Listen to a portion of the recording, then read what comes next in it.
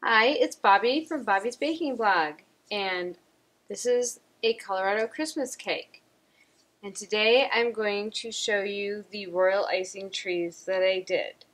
I did a run-out tree, which is using your consistency of 10-second flood icing and lining, and then I filigreed the tree on the top. Both of these trees, the outline is the exact same, and the design inside is what makes it different. So I'm going to show you how to do that. For the rest of the cake and decorations and how it was done, you can shoot on over to the post, Colorado Christmas, and it'll explain all of that. So let's begin. Okay, so I'm going to explain my little setup here. I have a piece of cellophane that you can get at Hobby Lobby, Michael's, Joann's, pretty much any hobby store. It's flexible, so when you go to remove your royal icing trees, especially the filigree ones, makes it a lot easier than if you were using acetate where you don't have a lot of give. And then underneath my cellophane, I have they're half sides of a tree, and Sydney was gracious enough to make my pattern for the filigree trees inside here. So this is her pattern, and the template will be available at my shop. For the run out, we're just going to fill it in, so that part won't matter. But they'll all be the same size because you're using the exact same tree. What I did to make it extremely taut, you want this cellophane to be as tight as you can possibly get it, is I have taped down both my template and my cellophane to my workstation. For this project, you do not need a lot of tools. I am using a 1.5 PME piping tip, but you can use a parchment paper cone and cut a small hole for outlining and filigreeing, and a little bit bigger for filling in your run out if you wanted to. I'm just more comfortable with a tip, so you wouldn't need a tip. You will need a scriber of some sort. You're going to want a soft brush. You don't really need this. Another scriber for your filigree. A wet paper towel to clean your tip. And then I have my plastic bag for my run out consistency covered in a bag so that it stays moist. So let's begin. The first thing I'm going to show you is the run out one. And each of these have their own pluses and minuses. So since I am working on the run out, you want to outline your tree. And it is important to make sure that that line that is going to attach to your other trees is straight. So even though my daughter's an extremely good artist, we did use a ruler to make the back line. And that would be this line right here. When you go to attach them, especially the filigree one, it will make your life 10 times easier if they're straight.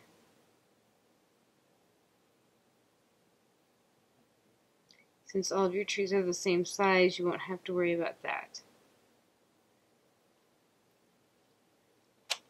For the run out, the plus on this, and I'm just going to cut a little opening in my bag, and when I do run out, I'm going to check this to see if it's big enough of a hole. I tend to go too small, and I did.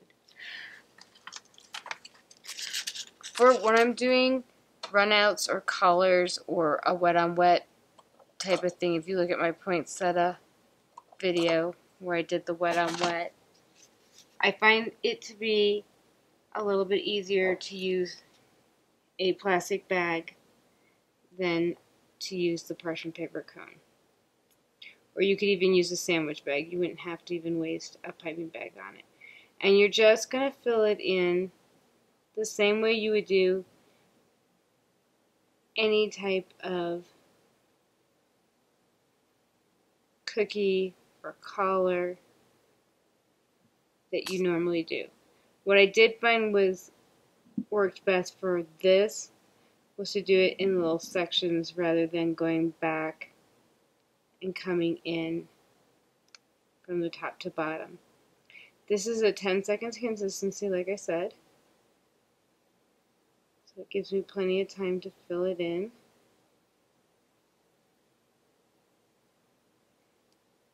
Now these are extremely quick to get done, as you can see. However, the trees that you saw on the Colorado Christmas cake took 2 days to dry, enough for me to be able to put them together. And they were still soft in the center. So that would be your only downside, is the time that it takes to dry. I would plan to not bake up or create my cake until these are completely ready.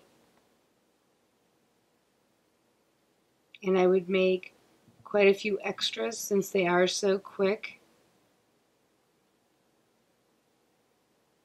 because they fooled me quite a few times. I thought that they were dry, they felt dry, and I went to attach them and found that they were not dry.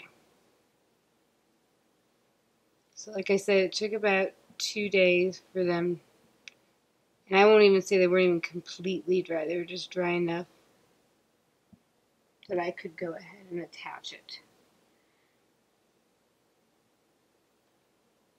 Which is fine, because then when you go to eat it, it's not hard.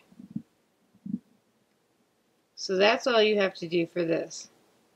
You want to make sure to get inside your corners and that everything is nice and smooth.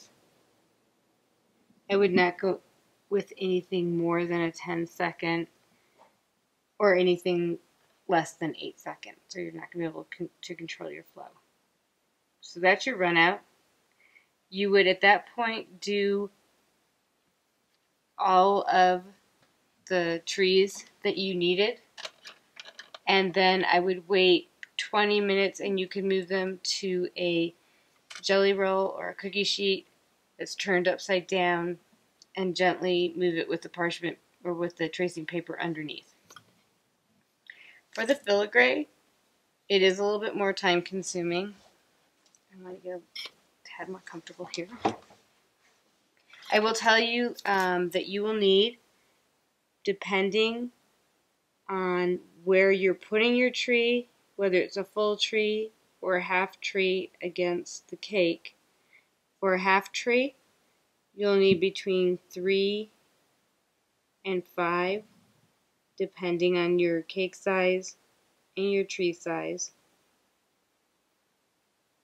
of your half trees here. So keep that in mind when you are piping out your trees. For the filigree, you're going to do the same part. You're going to outline the exact same way. I'm going to take a look and make sure I don't need to use my brush, and I don't, to move anything around. When choosing a design, it can be very tempting to choose something extravagant, but make sure that you are comfortable piping it. This is something you're going to be piping a lot of. It needs to fit within the tree.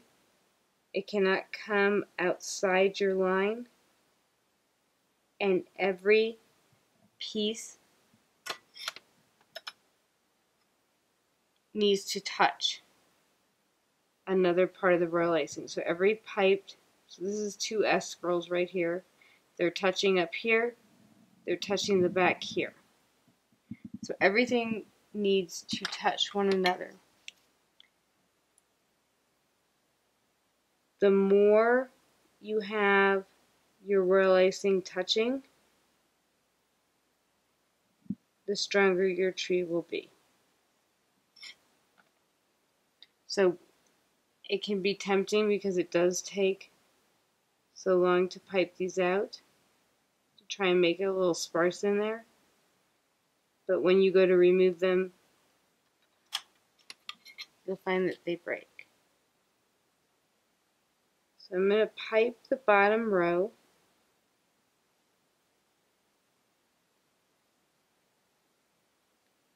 And then I'll show you the next step rather than you watching me pipe this whole tree.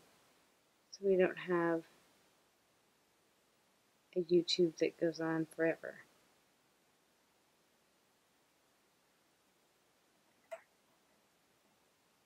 You want to go as slow as you need to, keeping constant pressure as you are piping. And what I'm doing right here with this, what I'm taking is a dampened soft paintbrush. I believe this is a number 0. And I'm going in if I see that it did not touch or I didn't get a complete loop like on this one, and just fixing it. You don't want anything sticking up or looking jaggedy.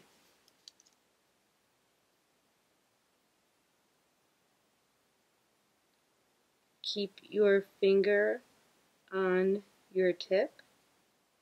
Use gravity as your friend to pipe your S's and C's. And mostly in this one is a design of some intricate S's and C's. The way that Sydney put it, the S's, the ones that have the loop underneath, come together almost like a heart shape.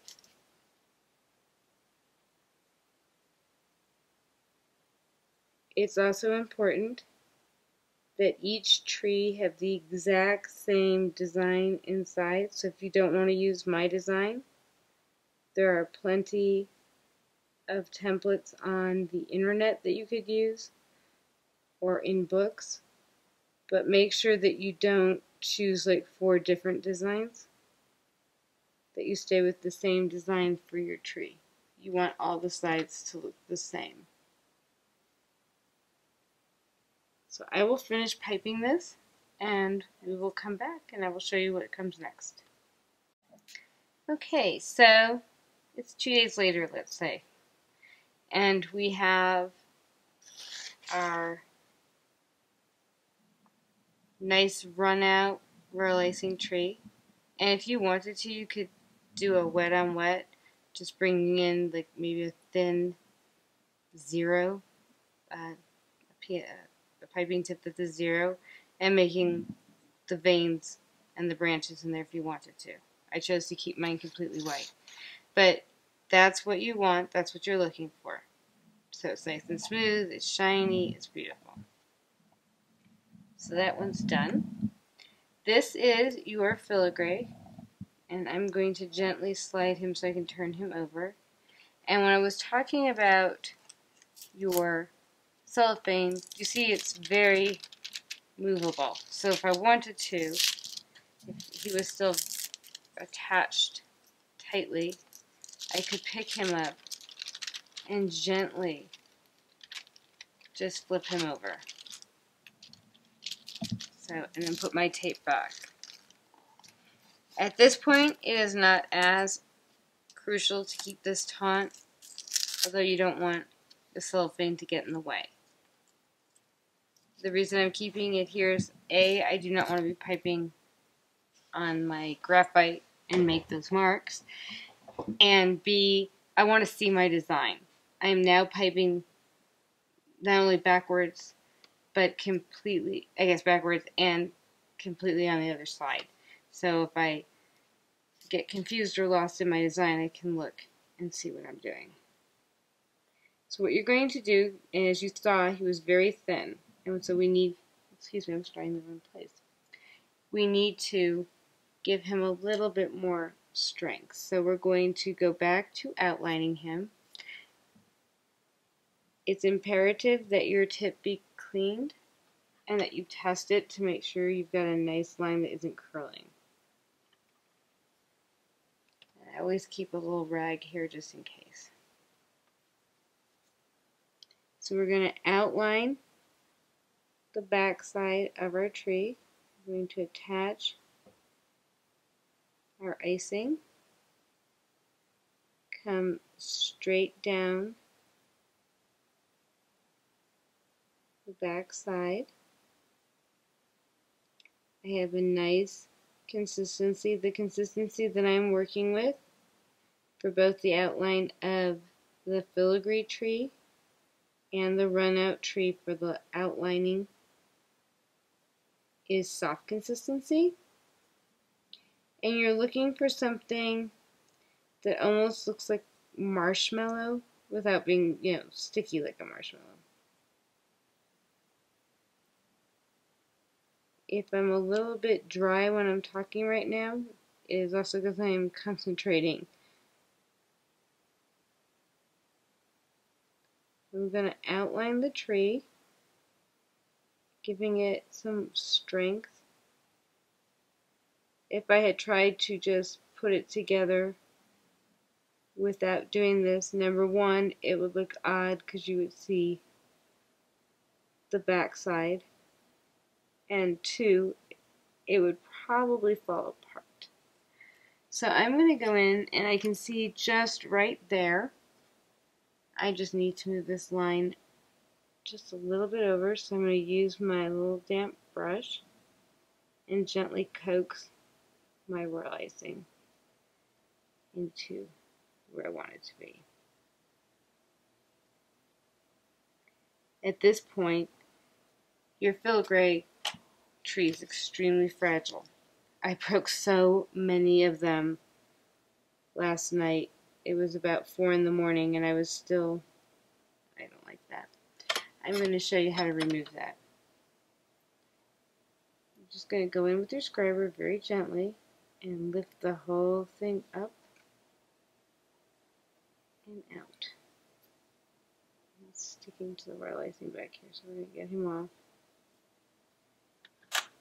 I definitely don't want him on the back end because when I go to put them together, they won't set up right.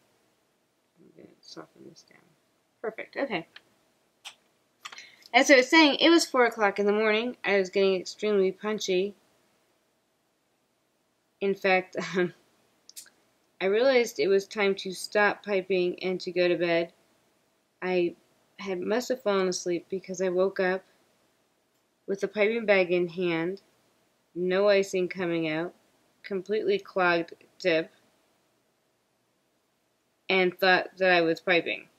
So it was definitely time for Bobbie to go to bed. But up until that point, I was doing pretty good.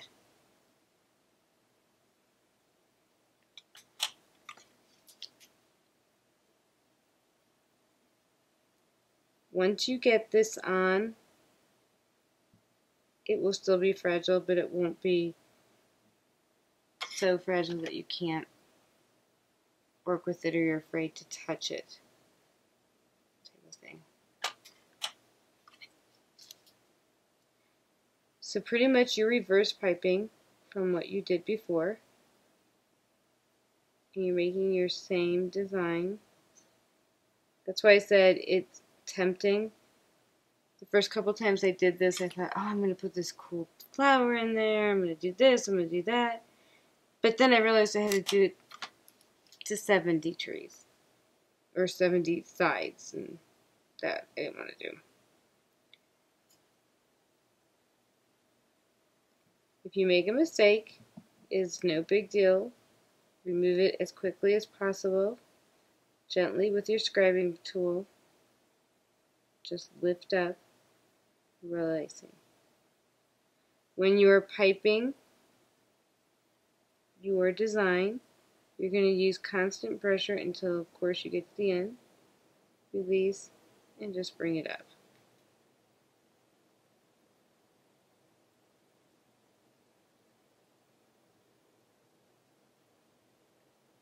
I will tell you that my back hurts, my hands hurt,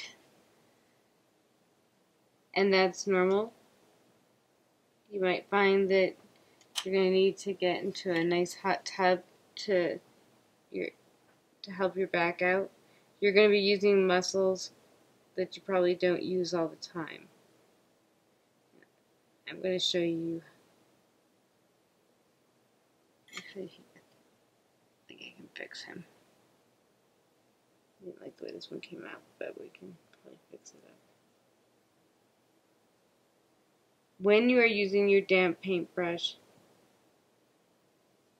you almost want it dry. You just want it damp enough that your royal icing doesn't stick to it.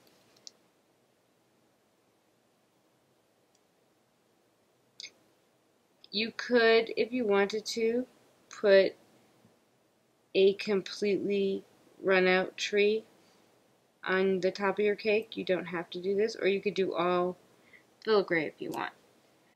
Okay, so now we have filigreed all of our trees, or half trees, and we're going to put them together. So the first thing we want to do is make a 45-degree angle with two of our half trees. We're going to put a line of royal icing. Since I'm doing a 45-degree angle, I want to come down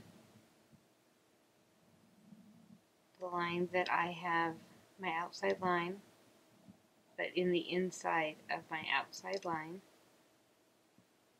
so that I can connect it.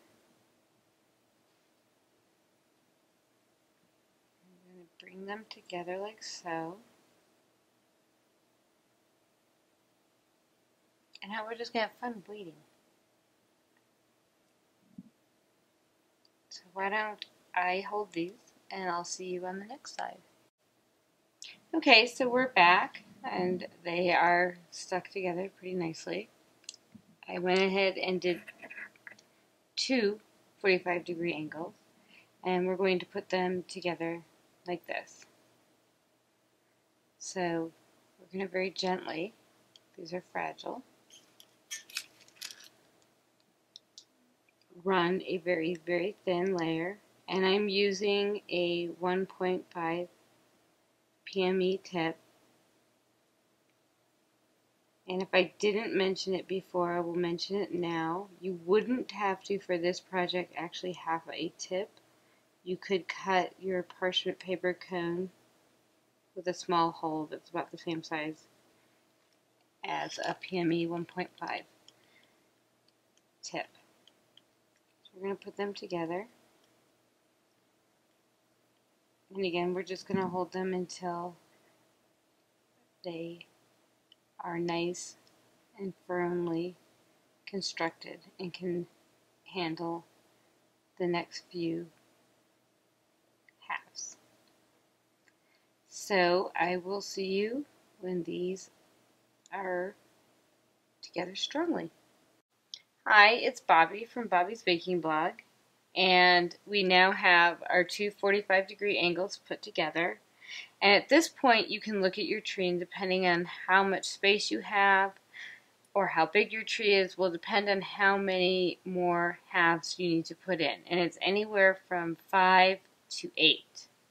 And I would just say I make usually double of what I need for breakage and go from there. So it looks like at the moment, from looking down on it, I only need this last one. So I'm going to put this in, and it's going to go right here.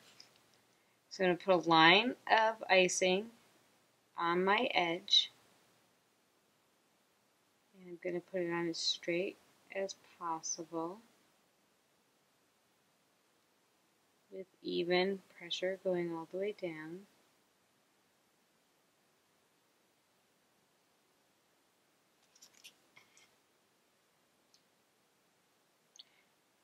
And remembering how fragile your tree is and how much work you've put into it, you're now just going to gently hold your piece together.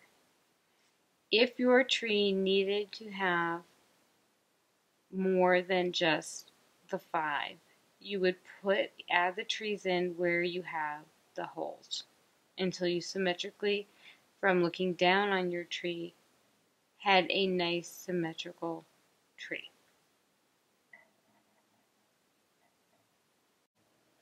So I again bring back the Colorado Christmas cake that Sydney and I did together. And I just wanted to talk about a couple of things that you saw in the video that I didn't actually talk about when we were doing it. One of them is you saw me putting my tree together on these Wilton very, very soft foam pads. And the reason is because if it fell over or if my hand slipped, the tree, I actually kind of put two together, the tree would fall on the pad and I would not have to worry about breakage. So that worked out really well. The other thing that I did was I took a small circle cutter and I made a small piece of gum paste that is underneath my tree, which made attaching the tree to the cake 10 times easier than if I had just put the royal icing down and attached it. I didn't have to hold it as long. And as I said, the dragées went on after each tree was dried.